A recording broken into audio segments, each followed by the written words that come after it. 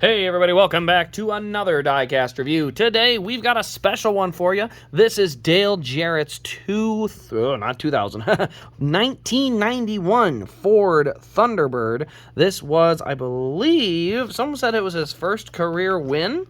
I can't verify because I'm not 100% sure.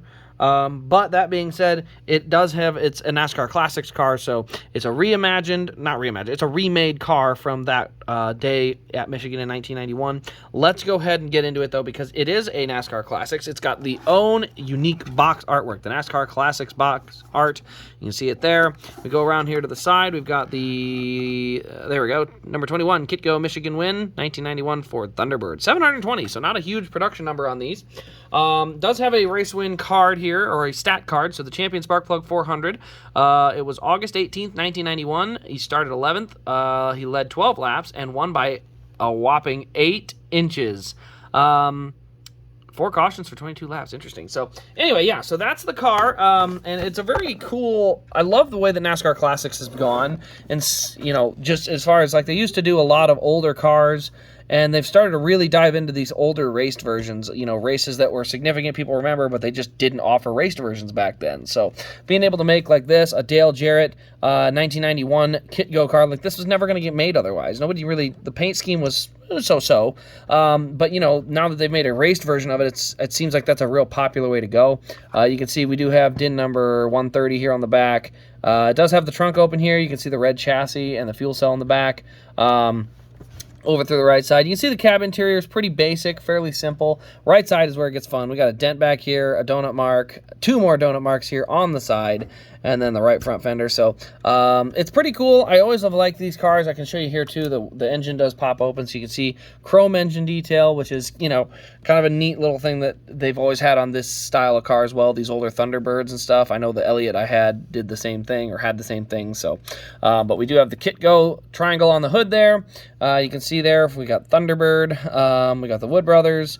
And overall, the red window net is a little weird. It sticks out like a sore thumb. I'm pretty sure the window nets weren't red. I could be wrong. Actually, let's look at the photo. It was a red window net. Never mind. Never mind. It was a red window net. How cool is that? But yeah, it's a really cool idea. I mean, they've got, you know, different chalk drawings there, not drawings, labels, chalk labels there underneath. You can see there's the underneath undercarriage suspension and stuff. So it's just a really cool car.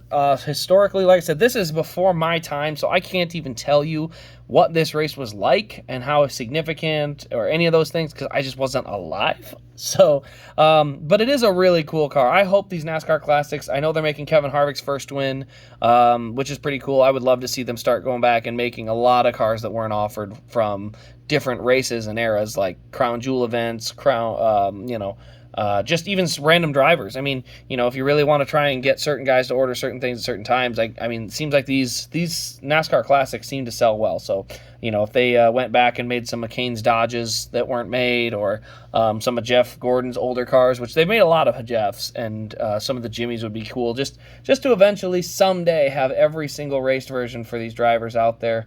It does make it kind of cool that they could go back and, you know, do some of that. I think that'd be real neat, especially someday if they allow Monster, if Monster changes their mind, they can go back and offer some of the old Monster cars. So I think that'd be kind of neat. But anyway, guys, that'll pretty much wrap up the review on this car. Like I said, I didn't mention a lot of the detail because there isn't much. You can see some buildup there on the nose, and then there a little bit of tape, or not tape, but it's decaling. But it is fairly clean in terms of the race detail, so I didn't mention much of it.